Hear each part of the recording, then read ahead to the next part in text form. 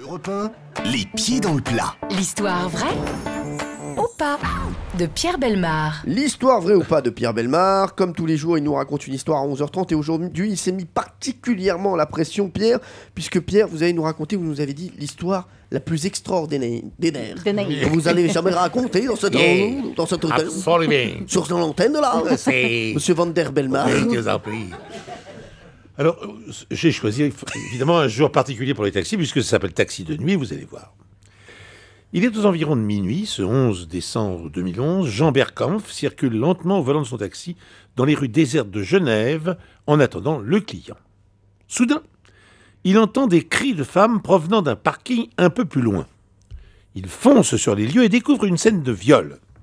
Heureusement, l'homme n'en est qu'au préliminaire et tente d'arracher les vêtements de la jeune fille. Voyant le véhicule arriver plein phare, il n'insiste pas et s'enfuit à toutes jambes. Plutôt que de se mettre à sa poursuite, Jean Berkampf préfère porter secours à la victime. Elle est par bonheur indemne et quitte pour la peur. Coupant court à ses remerciements, il la conduit au commissariat le plus proche et après l'avoir remise entre les mains des policiers, il reprend sa maraude dans les rues. C'est alors qu'il a sa seconde émotion de la soirée. Le violeur est là, en train de marcher tranquillement sur le trottoir, peut-être à la recherche d'une seconde victime. Il est en train de se demander ce qu'il doit faire.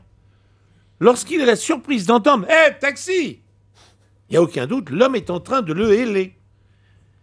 Il lui fait même un signe impatient de la main pour accompagner son appel. Jean Berkampf se demande s'il doit s'arrêter, s'il prend le violeur dans son taxi. Celui-ci va se trouver sur le siège arrière derrière lui, et pourquoi n'en profiterait-il pas pour l'étrangler et faire disparaître un témoin gênant? Il décide pourtant de le faire monter. Le plus vraisemblable est que l'homme aveuglé qu'il était par les phares n'avait pu voir son véhicule et que maintenant que son coup a raté, il a décidé de rentrer chez lui. Jean Berkampf conserve tout son sang-froid, s'arrête, écoute poliment l'adresse que lui donne son peu banal client et s'arrange pour s'y rendre en repassant devant le même commissariat. Il pile et sort en verrouillant les portes. La jeune femme est encore à l'intérieur en train de donner aux policiers une description de son agresseur. Jean Berkampf apparaît alors et annonce que ce n'est plus la peine de se donner de mal. Après la victime, il a amené le coupable dans son taxi.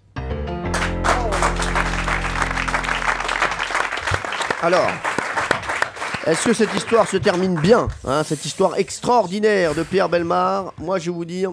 Il n'y a pas de mort. Il n'y a pas de mort, rien du tout, même pas un petit blessé, même pas un urgot dans l'air, rien du tout. Non, et puis il y a un détail technique, c'est qu'il verrouille les portes à la fin, mais on peut toujours normalement sortir d'une voiture quand on est à l'intérieur. Surtout quand c'est une décapotable. Je ne vois pas comment on peut verrouiller une voiture, empêcher quelqu'un de sortir d'une voiture. Jamais ça n'est arrivé. Même moi, j'ai voulu garder Valérie Benaïm des moments avec moi en voiture. J'ai essayé de fermer, elle sortait toujours. Pas besoin de m'enfermer, vous savez bien que je suis toujours avec vous. Merci Valérie. Est-ce que vous y croyez, Valérie? Eh ben, j'ai envie d'y croire. Ça se termine bien. Il y a une morale. Donc aujourd'hui, en ce lundi, j'ai envie de morale et j'ai envie d'y croire. Jean-Luc Lemoyne. Moi, j'y crois à 100%. Et je crois même que le violeur, comme il était fair-play, a laissé un pourboire. Marc Vera, notre invité aujourd'hui. Beaucoup de morale. Ah oui. C'est très bien. Donc vous y croyez. Pierre, est-ce que cette histoire était vraie? Alors, je voudrais d'abord répondre à Laurent Guimier, parce que c'est important.